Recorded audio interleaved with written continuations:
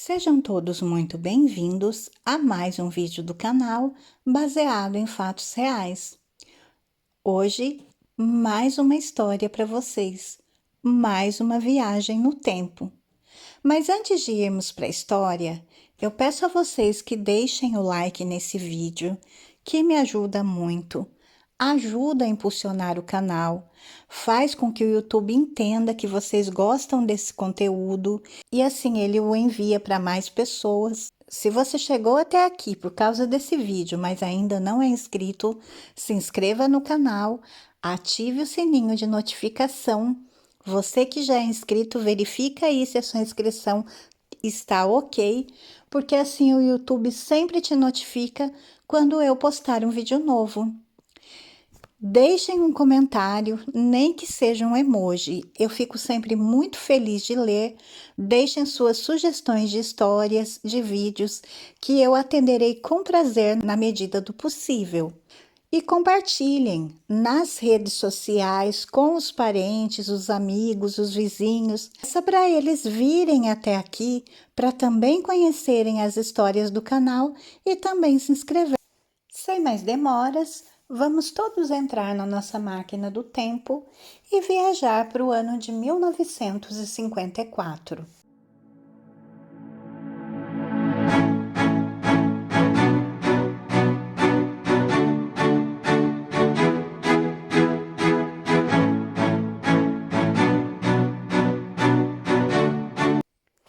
Hoje nós vamos conhecer a história de Carlos Roberto de Oliveira, mais conhecido como Roberto Dinamite.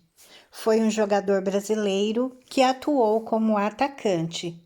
Considerado o maior ídolo da história do Vasco da Gama, fez história no Cruz Maltino durante as décadas de 70, 80 e 90 e encerrou a sua carreira nesse mesmo time. Ele nasceu no dia 13 de abril de 1954 em Duque de Caxias, no Rio de Janeiro, e faleceu agora, a 8 de janeiro de 2023, no Rio de Janeiro. Infelizmente, o futebol brasileiro teve duas grandes percas nesses últimos dias, os dois com a mesma triste e trágica doença. E é uma pena, a gente fica muito triste. O Roberto Dinamite, ele ficou conhecido como ídolo do Vasco pelos torcedores. Ele jogou 21 anos dos seus 22 anos como jogador profissional. Ele foi o maior goleador da história do clube, com 708 gols. E o atleta com mais jogos disputados, foram 1.110 partidas. E também o maior artilheiro do estádio de São Januário, com 184 gols.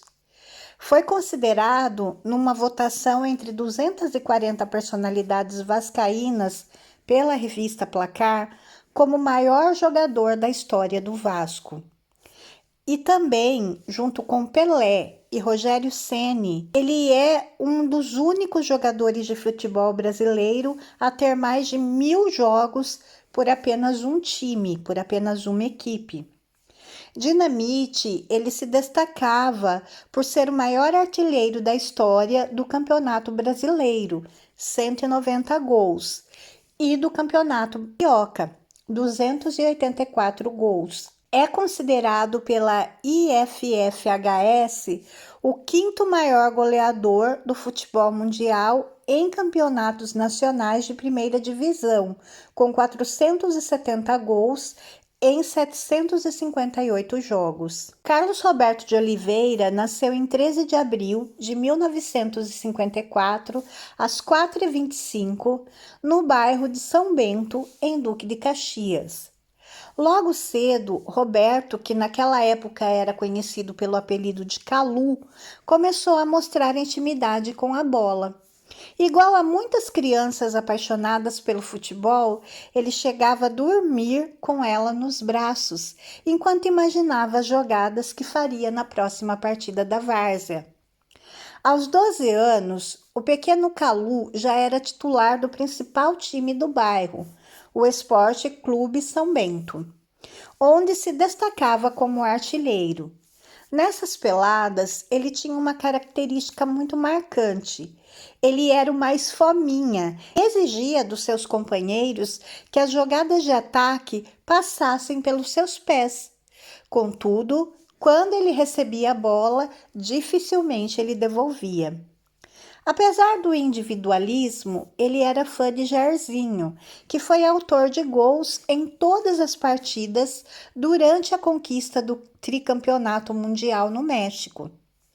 Já demonstrava toda a sua habilidade e precisão nos arremates de curta e longa distância.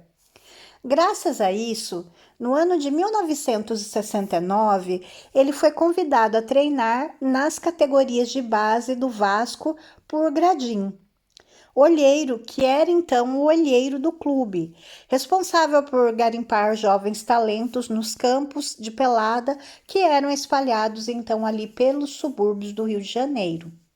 Um mês depois, ele já estava jogando na equipe juvenil dirigida por Célio de Souza. Em pouco mais de um ano no clube, já anotava mais de 46 gols. Em um ano de clube, Roberto ganhou 15 quilos, graças a um rigoroso trabalho muscular, tornando-se um dos jovens mais promissores do clube, recebendo constantes elogios de treinadores e dirigentes. No Campeonato Carioca de Juvenis de 1970, ele foi o artilheiro vascaíno, com 10 gols. Já no mesmo torneio, no ano seguinte, ele foi mais longe. Foi o artilheiro da competição com 13 gols. Dessa maneira, despertou a atenção do técnico da equipe principal, Mário Travaglini, que o relacionou para a disputa do Brasileirão de 1971. No mesmo ano, ele já era apontado como a mais nova esperança de gols da sua equipe. Roberto ele fez a sua primeira partida profissional contra o Bahia no dia 14 de novembro de 1971, com 17 anos. O Bahia vencia por 1-0 e o treinador, Admildo Tirol, o colocou no lugar do meio-campista Pastoril no intervalo da partida. Ainda não era a hora do futuro ídolo. O Vasco acabou perdendo o jogo pelo placar de 1-0. Mesmo com a derrota, o Vasco estava classificado para a segunda fase do torneio, onde enfrentaria o Atlético Mineiro, que viria a ser o campeão da competição, o Santos de Pelé e o Internacional. Durante a semana que antecedeu o primeiro jogo contra o Atlético, Roberto se destacou nos treinos e foi escalado como titular para a partida. No dia anterior à partida, o Jornal dos Esportes colocava em suas manchetes: Vasco escala garoto Dinamite. O apelido Dinamite não surgiu depois do jogo contra o Internacional. O apelido foi criação de 2 jornalistas do Jornal dos Esportes, Eliomário Valente e Aparício Pires, ambos vascaínos, e criado quando Roberto já se destacava no juvenis. Aquele jogo contra o Atlético Mineiro, no dia 21 de novembro, Roberto não foi bem e acabou sendo substituído. Houve uma grande decepção na torcida vascaína, que depositava muitas esperanças nele. O jogo seguinte ocorreu em 25 de novembro, uma quinta-feira, contra o Inter, no Maracanã. No segundo tempo, quando o Vasco vencia por 1-0, Admildo Tirol tirou Gilson Nunes e colocou Roberto. Na primeira bola que recebeu, Roberto driblou 4 jogadores, jogando a bola no canto esquerdo num belo gol, o seu primeiro no time profissional. No dia seguinte, o Jornal dos Esportes estampava em letras garrafais a manchete: Garoto Dinamite explodiu.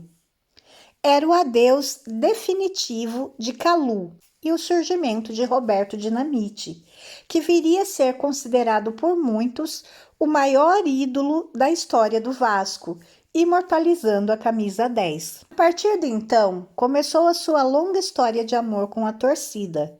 O centroavante atuou pelo time profissional do Vasco de 1971 a 1980, quando se transferiu para o Barcelona, numa negociação que envolveu muito dinheiro. Voltou ao clube 3 meses depois, onde ficou até 1989, antes de ser negociado com a Portuguesa. 6 meses depois, Dinamite estava novamente no Vasco para encerrar sua carreira brilhante. Em 1993, aos 39 anos de idade. Alto e forte, Dinamite usava com muita inteligência seu corpo e dificilmente perdia a bola para um adversário, tornando-se um grande perigo na área inimiga. Ele conseguiu a média de 36 gols por temporada nos 22 anos de sua carreira. Disputou 1.108 partidas. Seu melhor ano foi em 1981, quando deixou por 62 vezes a sua marca, superando assim o recorde de Zico, o maior ídolo da torcida do rival, o Flamengo, que havia feito 60. Suas principais características dentro do campo eram o oportunismo, a competência e a sorte. Ele sabia cobrar faltas como poucos, além de desenvolver, ao longo de sua carreira, a capacidade de chutar com as duas pernas. Participou da conquista de 5 estaduais, em 77, 82, 87, 88 e 92. Em 74, conquistou o título de campeão brasileiro, batendo o Cruzeiro na final por 2-1. Apesar de não ter marcado na decisão, Roberto Dinamite foi o artilheiro da competição com 16 gols e maior responsável pelo título inédito. Em 1980, ele foi comprado pelo time espanhol Barcelona em uma negociação milionária, fabulosa para a época. Em sua estreia no clube catalão, Dinamite marcou 2 gols e deu sinais de que era início de uma grande jornada. Porém, uma troca de técnico fez com que a passagem dele pelo clube catalão durasse apenas 3 meses e 3 gols. Sabendo da falta de sorte de Roberto na Espanha, o Flamengo procurou, com seu presidente na época, que era o Márcio Braga, indo pessoalmente conversar com o jogador. Num primeiro momento, o Vasco, que havia sido contatado, não se interessou, só entrando na disputa pela volta de Dinamite ao Brasil após a pressão da torcida. Avisado para não assinar com o rival e de que Eurico Miranda também iria à Espanha conversar com ele, Roberto acertou seu retorno ao Vasco apenas 3 meses após tê-lo deixado. A torcida lotou São Januário para saudá-lo. A volta de Roberto ocorreu num pequeno jogo contra o Náutico, que ele mesmo jurava não lembrar. Mas o verdadeiro jogo que consolidou a sua volta ocorreu no dia 5 de maio de 1980, num jogo contra o Corinthians. Antes da partida, teve um jogo do Flamengo. A torcida rubro-negra então tinha ficado no estádio, secando o Vasco, formando o que foi chamado de Fla-Fiel. 110 mil pessoas presenciaram a nova explosão de Roberto, que marcou 5 gols e decretou a vitória vascaína por 5-2. Foi a volta triunfal do maior ídolo do clube, acompanhado inclusive por um repórter de Barcelona, que relataria o jogo para um jornal local com os dizeres: "Esto sí es lo verdadeiro dinamita". Fim de carreira, Roberto recebeu o convite para jogar pela Portuguesa. O jogador aceitou o desafio e participou do Brasileirão de 1989 pela equipe do Canindé.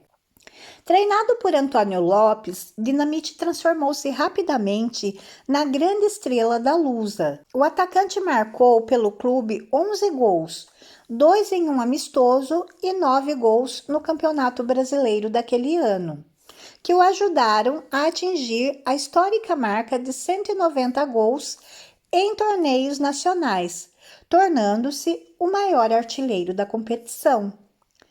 A campanha da Portuguesa foi boa e o time paulista terminou na 7ª colocação com 20 pontos, apenas 6 a menos que o campeão Vasco.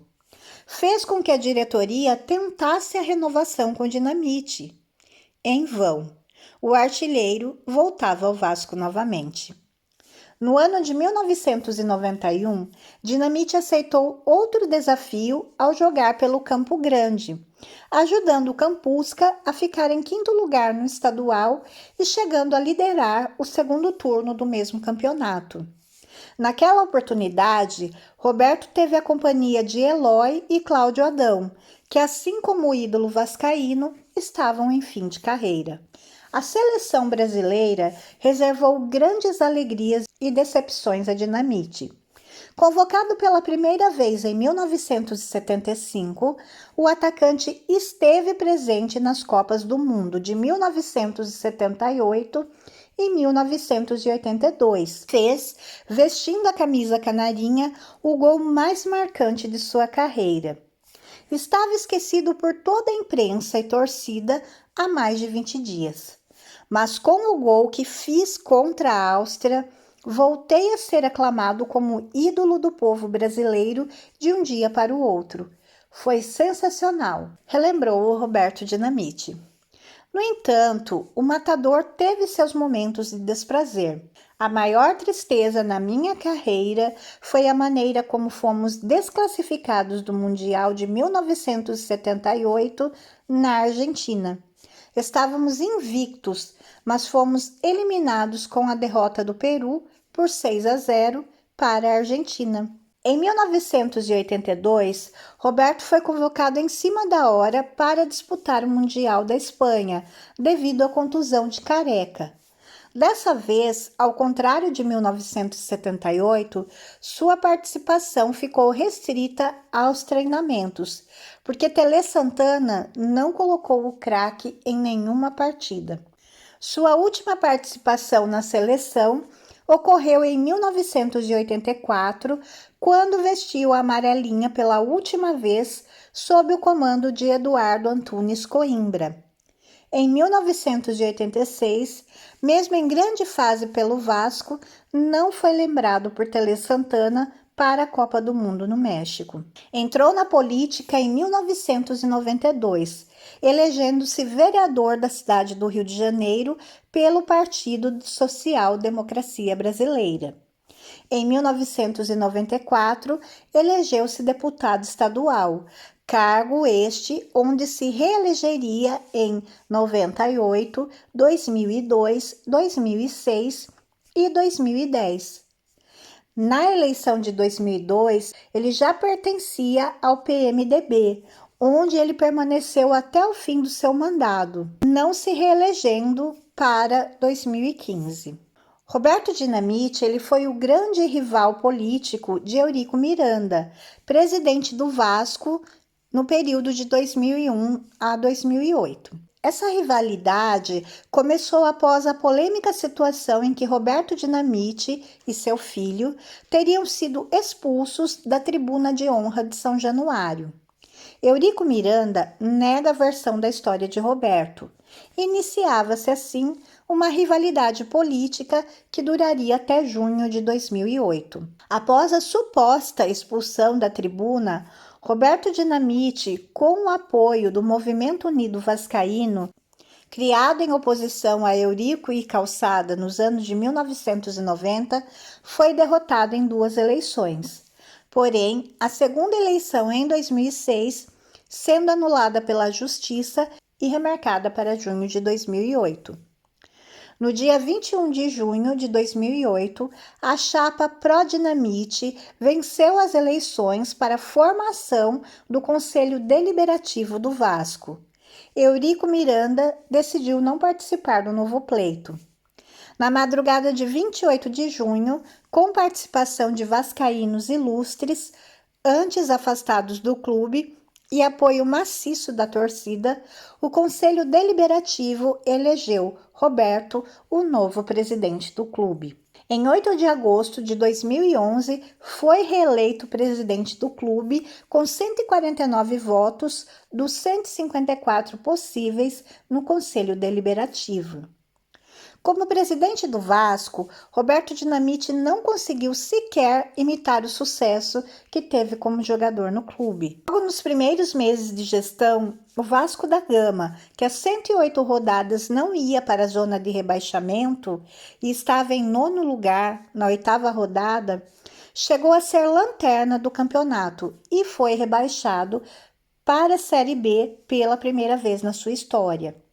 No ano seguinte, subiu conquistando o título. A partir daí, visando a reeleição em 2011, Dinamite e o Move montaram um forte elenco para a disputa dos títulos nessa nova temporada. O Vasco conquistou a Copa do Brasil em 2011, chegou na semifinal da Copa Sul-Americana e terminou o Campeonato Brasileiro em 2º lugar. Durante o Brasileirão, muitos erros de arbitragem contra a equipe vascaína marcaram a campanha. Em 2012, o Vasco faz uma boa campanha no Campeonato Brasileiro, mas deixa escapar a vaga para a Libertadores nas rodadas finais. Já na Copa Libertadores da América, chegou até as quartas de final e foi eliminado pelo campeão Corinthians. Jogo marcado pelo gol perdido por Diego Souza diante do goleiro Cássio. Em 2013, o Vasco, com o elenco enfraquecido e enfrentando uma crise financeira, cai novamente para a Série B, excluindo de vez a possibilidade do presidente tentar o 3º mandato no ano seguinte. O pleito vascaíno foi marcado para o dia 6 de agosto, mas devido a várias denúncias sobre um possível esquema de compra de votos envolvendo o candidato Eurico Miranda, a eleição foi adiada na Justiça para 11 de novembro. Sendo assim, conselhos do clube elegeram uma comissão para assumir o comando, pondo fim ao mandato de Roberto Dinamite, que dias depois, sob efeito de uma liminar, conseguiu o direito de permanecer na presidência até a data do novo pleito. Em janeiro de 2022, após passar por cirurgia devido a uma obstrução intestinal, Dinamite revelou ter sido diagnosticado com câncer e estava prestes a iniciar o tratamento de quimioterapia. Em 20 de agosto de 2022, Roberto Dinamite deixou o hospital, onde ficou internado por 2 semanas. O ex-jogador recebeu alta após passar por cirurgia no intestino em tratamento contra o câncer. Dinamite morreu às 10 horas e 50 minutos do dia 8 de janeiro de 2023 no Hospital Unimed, na Barra da Tijuca, em decorrência ao câncer. O velório ocorreu no estádio São Januário e seu corpo seguiu até o cemitério Nossa Senhora de Belém, em Duque de Caxias, para o sepultamento.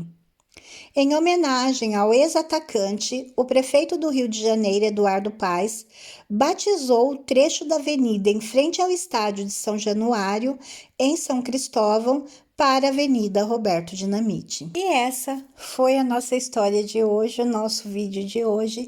Eu espero que vocês tenham gostado de conhecer um pouco mais sobre a vida desse jogador que nos deixou também recentemente e também teve uma carreira muito bonita, uma carreira brilhante. Eu espero que vocês tenham gostado de conhecer um pouco mais sobre ele, a vida e a carreira. Se vocês gostaram, por favor, deixem um like, se inscrevam no canal e voltem aqui para as nossas próximas histórias. Fiquem todos na paz, um super beijo e até a próxima!